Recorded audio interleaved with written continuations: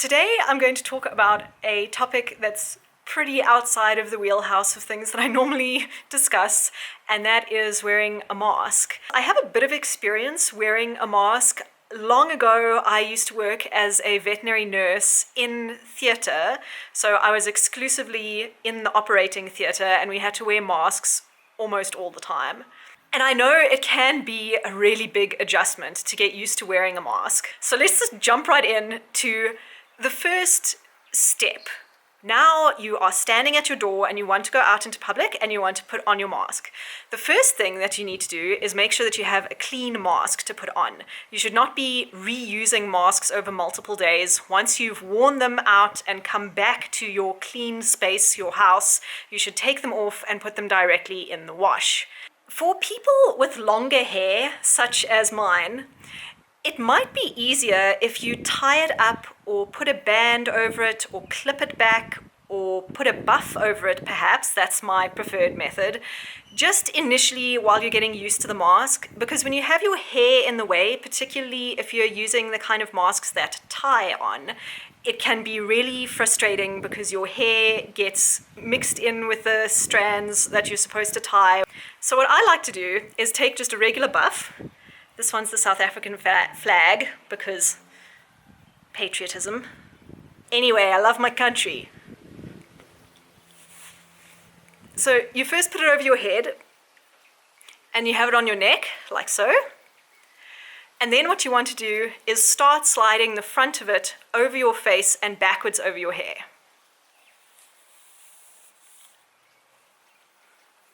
Then at the back, you can just sort of feed the buff over your hair and adjust it until it sits comfortably.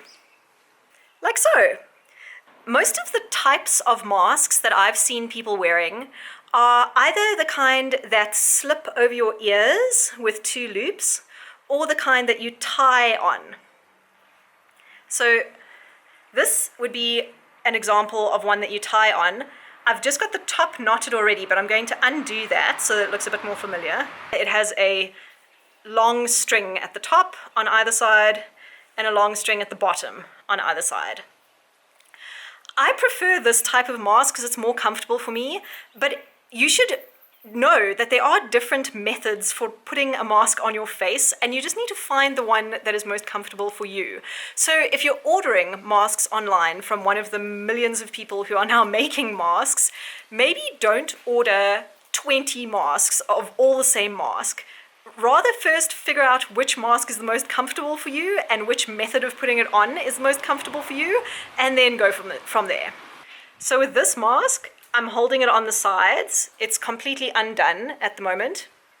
It's important when you're handling a mask to try not to touch the front or back middle pieces of the mask too much. This one is obviously clean. It's been washed, so it's not dirty at the moment. So I'm not going to contaminate my hands if I do touch here, but it's good practice not to get into the habit of touching the main body of the mask.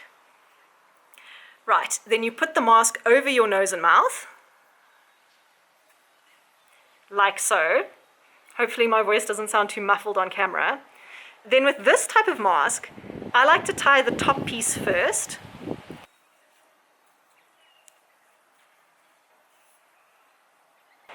Now that you've got your top strand adjusted, you want to try and make sure that this top piece is comfortable. So if it's not going over the top of your ears, I'm just going to put my buff on the other side of my ears so you can see what's happening here. Just make sure that it's sitting nicely. It's not hurting you anywhere or sitting somewhere uncomfortable. I've got the knot directly on the back of my skull, so that's not hurting me. Now with this mask, because the little ties can slip up and down this pocket, I'm just going to take the edge of the mask and just adjust it upwards slightly so that when I pull the bottom, it pulls tight in the correct fashion. There we go. Now I'm going to take this bottom piece and tie it behind my neck, underneath my hair.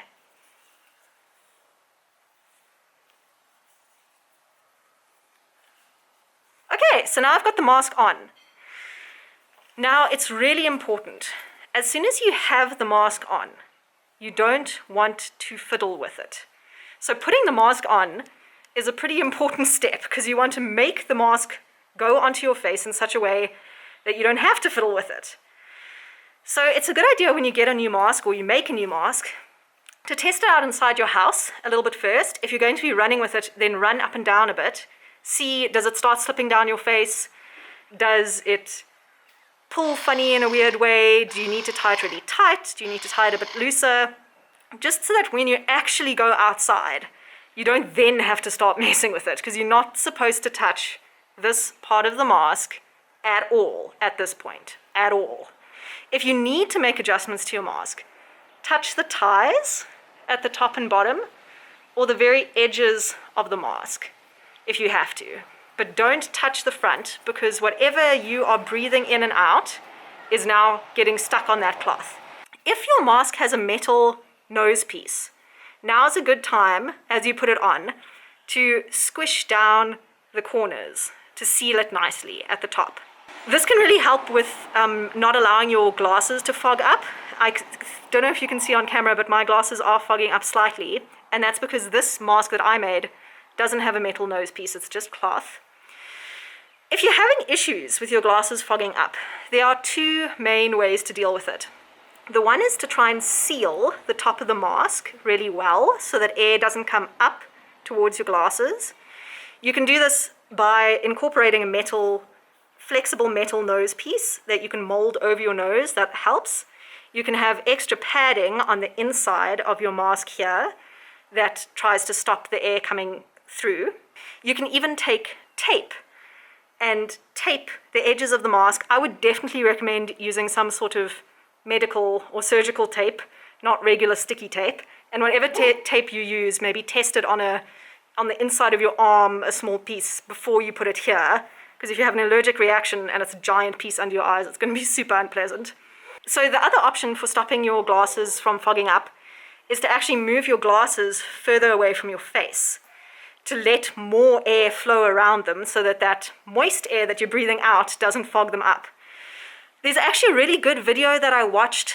I think it might be from Spectacle Warehouse, but I'll put a link in the video description to it, where they modify the nose piece of your glasses. So this little piece here that sits on your nose, they actually use a paper clip, an elastic band, and I think some elastoplast or plaster or something like that to make a taller nose piece so that your glasses sit a little bit up, like proud of your face. What I do with this mask is I actually just put my glasses on top of the material of the mask. I just put my glasses on top there, and that puts my glasses quite a lot further away from my face. So now I've got a lot more air moving around my glasses and they don't fog up as easily.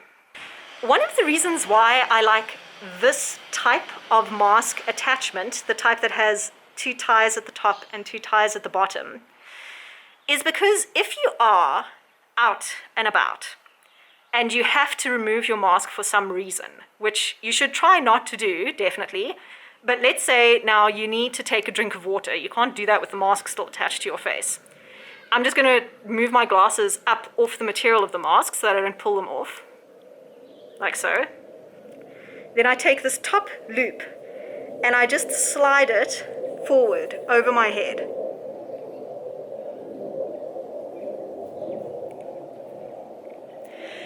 And then you'll see the mask just lies underneath your chin, and you can eat and drink whatever it is that you needed to do. And when you want to put the mask back on, you do not touch the mask itself. You touch the ties and you put the mask back on.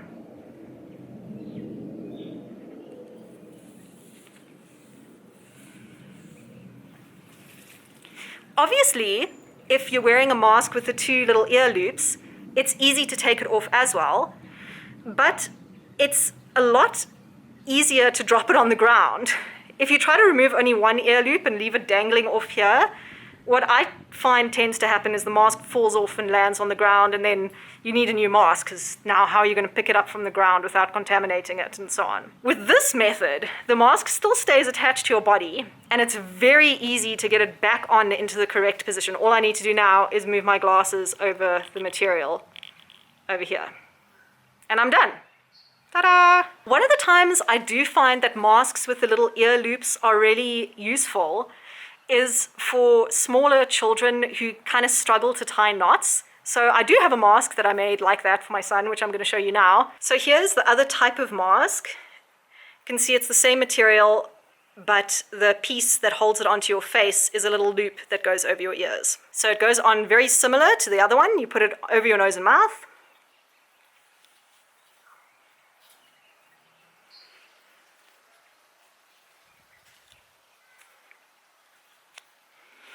And then you hook it over your ears. This one you can see is pulling a little bit tight because it's actually my son's mask, not mine. But you get the idea. This mask can work perfectly well. It's just I find them extremely uncomfortable, especially for prolonged periods of time. It makes my ears hurt a lot. So I don't generally tend to wear masks like this. But if this is the type of mask that feels most comfortable for you, then by all means, wear it. So the last thing that I want to talk about is now when you get back home. So as I walk in the door, I'm going to remove my mask. But, and this is extremely important, you should not touch the mask itself. Do not touch the body of the mask. Because if there are any germs around, a lot of them are going to be on that material of the mask. So you don't want to touch this part of the mask at all. First, with this type of mask, I'm going to slip it over the top of my head. If you have the ones that are loops over your ears, you obviously just take one loop off and one loop off, only holding onto the ties. So with this one, I'm going to slip the top tie over my head. You can see I'm only holding onto the tie. I'm not touching the mask. And I forgot to take my glasses off the material part of the mask, so I can feel it's not wanting to come off. I'm just going to do that now. There we go. Then I'm going to untie the tie at the back behind my neck. And then holding the mask by the ties, I'm going to put it either directly into the washing machine and wash it, or into some sort of contained bag, like a Ziploc bag. And then once the mask is washed and dried, you can put it back in your stash of reusable clean masks. One last tip that I have is to look at what type of material the tie is that attaches the mask to your face. I've tried quite a lot of different things. I had pieces of elastic bandage that I cut up because I was quite fixated on having to use elastic. And you don't actually have to use elastic. This particular piece here is made out of an old t-shirt, and I cut about a 2 centimeter wide strip, and then you just pull it and it sort of rolls up like this into something that looks like a string. And these are extremely comfortable because t-shirt material is quite soft. Just remember that wearing a mask, for me, is kind of like wearing glasses for the first time. It does take you a little bit of time to get used to the feeling of it on your face and find the right way to handle it. You do need to give yourself a bit of time to adjust to it. There are quite a lot of people that I see walking around with masks in a position that is just not going to do anything. One of people's favorite things seems to be to have the mask on, but then only have the mask over their mouth for some reason.